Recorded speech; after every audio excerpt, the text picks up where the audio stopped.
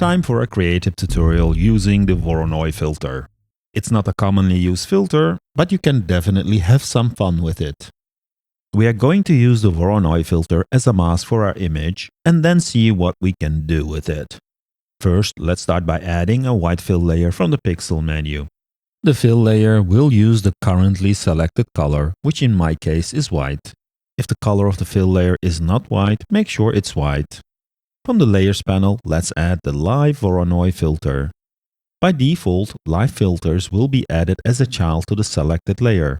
In our case, we want the Voronoi filter to be on top so it has some pixels to work with. So let's drag and drop it on top of the white fill layer. The Voronoi filter creates this interesting pattern, and using the sliders we can modify the amount of elements and also the border thickness. I'm also going to add an invert adjustment on top. We don't immediately need it, but it will be handy later on, so let's turn it off for the time being. Let's select the 3 layers we created and group them.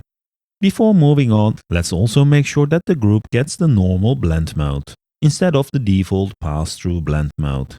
This will kind of force Affinity to treat it like a standalone layer. As mentioned, we want to use the Voronoi effect as a mask. A quick and non-destructive method is using the Erase Blend mode.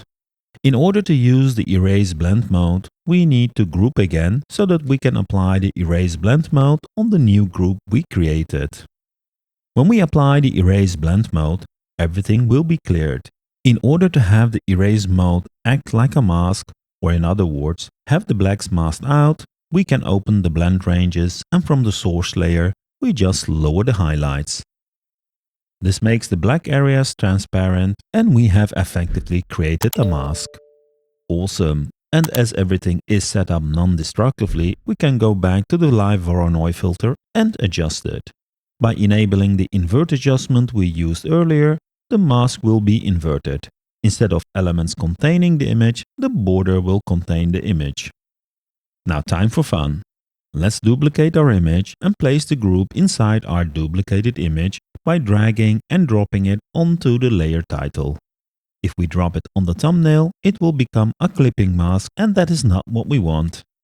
If all went well with the Voronoi pattern and the original image below. One effect we can directly use is adding a bevel to the masked image using the Quick Effects panel. The Voronoi pattern is a bit too large, so we can go back to the Voronoi filter and adjust it so that we get a fine pattern. And actually, this is pretty cool. It gives a little bit of a 3D cracked look. Optionally, we can use the screen blend mode on our masked image to strengthen this effect. We can also open the Layer Effects window from the Quick Effects panel and play around with the various bevel types. So if you're looking to create a crocodile or a snake skin effect, this might work for you. Instead of using a bevel effect, we can also try the 3D effect, which is very similar, but you have a little bit more control here.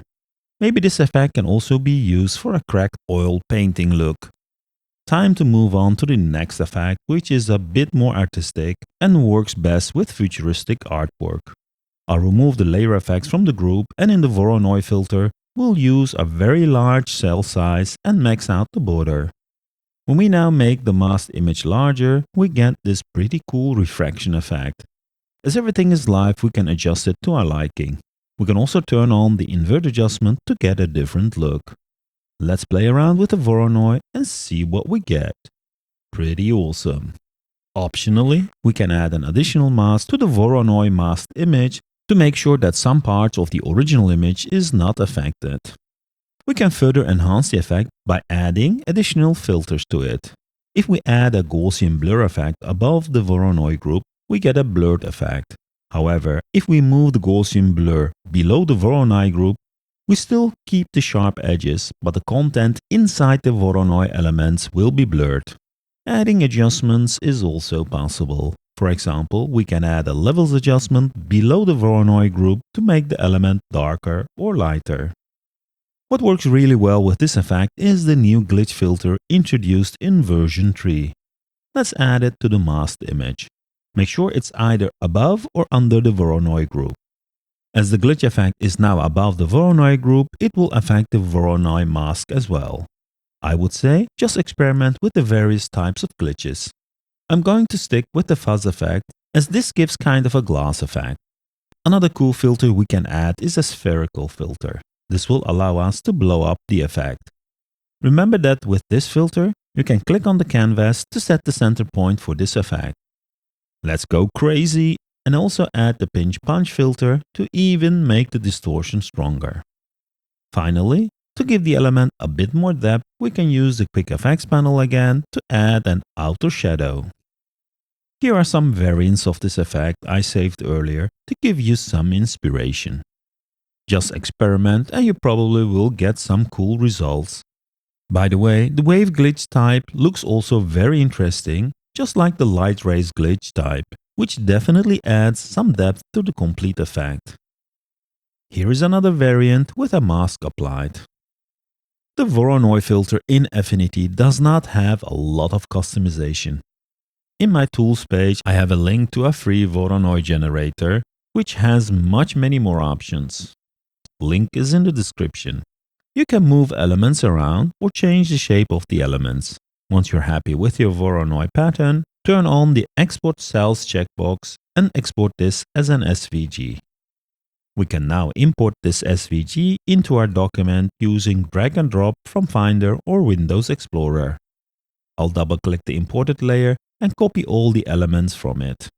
Back in the original image, we can now remove the imported layer and paste the copied Voronoi elements.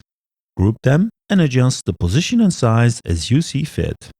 The big advantage of this is that we now have vector objects, meaning they will be super sharp, and secondly, we can directly use them as a clipping mask by dragging the vector group onto the thumbnail icon of the duplicated image. In this case, the clipped image is faded out. This is because the color fill opacity of the Voronoi elements is not at 100%. Let's quickly select all the elements and set the fill opacity to 100% using the color wheel. That looks much better.